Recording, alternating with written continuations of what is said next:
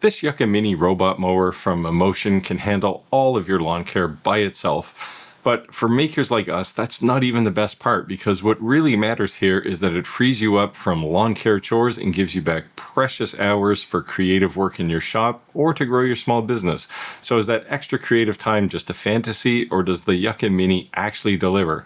In this video, I'm going to show you exactly what this little mower can do, and I'll give you a follow-up on its big brother that's been cutting my own lawn for the last 2 years. So let's get into it. The Mini is made specifically for smaller yards and more budget-conscious users, but it still packs the same smart navigation and app-based control that its big brother does. Unlike older systems that require perimeter wires, the YUKA Mini uses virtual boundary control, and you just map your yard right on the phone app, set your cutting zones, and it gets to work. That means no trench digging, no messy wires, and no complicated setup. It's smart, it's quiet, and it's fully electric, which is great if you care about noise and efficiency. And yes, it works exactly like it's supposed to, but what shocks me isn't how well it cuts, it's how quickly I was able to get it out of the box and put it to work. So let me show you what the setup looks like. Now, this YUKA Mini comes in a pretty impressive box that weighs about 35 pounds. You can see it's good for 0.2 acres or 800 square meters. When you open the box, the first thing you get is a quick start guide, and I'll pull out the base. This is the thing the mower parks on when it's charging. The RTK antenna, which is for positioning accuracy. The other half of the base, which is the charger. And finally, I get to the mower here, which is very compact. If I flip it up, you can see that it only has 2 drive wheels. The front 2 wheels are basically swivels. And if you see the blade, you can see how it rotates there. The actual blades are captive. Up on top, you've got a big push button for the blade height. Emergency stop, a home button, a continue button, a power button, start button. If I roll around to the front, those 2 metal things are the rain sensor, and right up front is 2 stereoscopic cameras. Around the back, you can see the metal bar sticking out of the side of the mower. Those are the charger contacts, and around the back, not really all that much interesting, unlike my Luba 2, which has charger plates back there. Now, before we actually have our YUKA Mini cutting the lawn, we have to do some rudimentary setup here. It's not much, it's a couple of minutes. We have to assemble the base, and that's just a case of putting the charger and the base plate together and running 4 screws to hold it all together. And then we can assemble the pole for the RTK antenna. This thing looks like a pole used for photography. It's actually got a bit of a swivel on the side, so on the top, so if you want to mount it on a wall, and the RTK antenna can point up. Now, there's also this spike that you can screw into the bottom if you just want to mount it on the ground, and for this demo purpose, that's what I'll do here, because this isn't going to be a permanent fixture in my yard. So just screw that in, and we're ready to do some basic install here now. So I took everything outside and put it over by one of my sheds, and I just stabbed the RTK antenna pole in the ground and then screwed the RTK antenna on top of it. Now, this thing doesn't have to be in the wide open. As long as it's got access to some blue sky, you should be okay. And so here, right beside my shed, it should be all right. But if this was a permanent fixture, I might put it up. Now, I dropped the base down, and I'm using the 1 power supply that the base uses, but it also has an output for the RTK antenna. There is a separate power supply if you want to put your RTK antenna somewhere else. So lots of flexibility here. So now you can install the Mammotion application on your phone, and I'll put the lawnmower on the charger here. This is the home location, so it identifies where the mower is going to go when it needs to recharge or when it's complete its task. And I'm going to power it on, and I'm now ready to go. So I'll get that software installed, and I'm going to connect to this mower. So I'll go and discover it, and you can see a bunch of other devices because I have my other Mammotion mower here, but I'll add this one. And at this point, it's connected and we're ready to go, and I can then control it. So I'm going to create a new zone. You can see that big green splotch on my screen is already a zone that I created, but I'll create a new one here, and you go through a bunch of prompts. And when you're ready to go, you see the mower pulls out from the charger, and at this point, it's ready to create a new zone. Now, you just literally use these joystick controls on your phone, follow it around, and close a loop on your lawn. It could be square, rectangular, round. It doesn't really matter as long as you come back to where you started doing your navigation. And that will create a new zone. And at that point, you can create a task that does something to that zone, like cut the grass. And to do that, I open the app again and I'll go to the new task. Now, the first thing I have to pick is a zone for the task. And I'm going to pick this area that I created. And it'll go and calculate the area of it.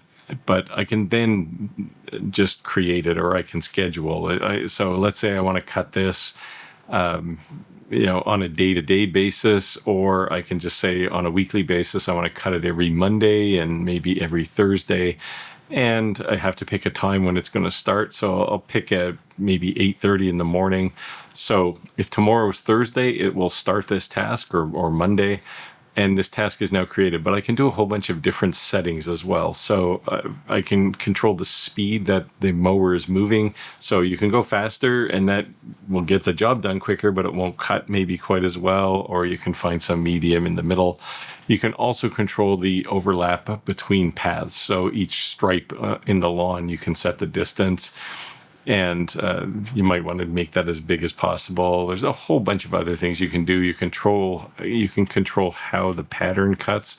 So you can say every time it cuts, I want to pick a different angle, or I just want to go back and forth all the time. So quite flexible. When you go back to the map, you now see the rows there. If you zoom in on this zone, you'll see what the mower is going to cut. You can see where the mower is on the map at all times, and you can also see the RTK antenna. So configuration wise, it's really, really simple. So let me run that job and I'll show you what we get. So I started that job manually, and the first thing the mower is going to do in my configuration is do the perimeter. So here it's just running along the edge of my driveway, cutting that first row, and then it just goes back and forth. I had a zigzag pattern. Now, I did want to show you obstacle avoidance. So it was cutting a row here, and it realized I have a maple tree there. It realized that was in the way. So it just basically curls around the tree as close as it can. And once it's passed, it turns back in and gets back onto the row that it was working on. And when you're finished, you can see the rows are nice and straight. Now, in the distance, you can see the rows are wider. That's from my Luba 2 mower, which is a bit bigger. Now, there's a whole lot more you can do here, but I'll show you this first-person view, which is you can use the phone app and you can look through the cameras on the mower itself. And this is useful because sometimes your mower may be out of sight and you don't know where it is. So you can look through and you can see what the mower is doing. It's actually a really useful feature if you have lots of trees where maybe the mower gets hidden.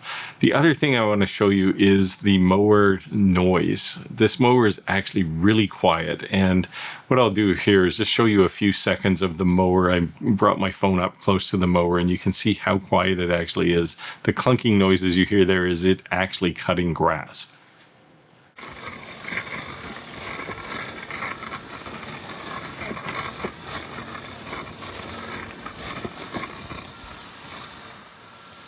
So one of the looming questions you might still have would be around durability or reliability. And the easiest way for me to show you that is to show you my Mammotion Luba 2 mower, which I've used for a summer and a half.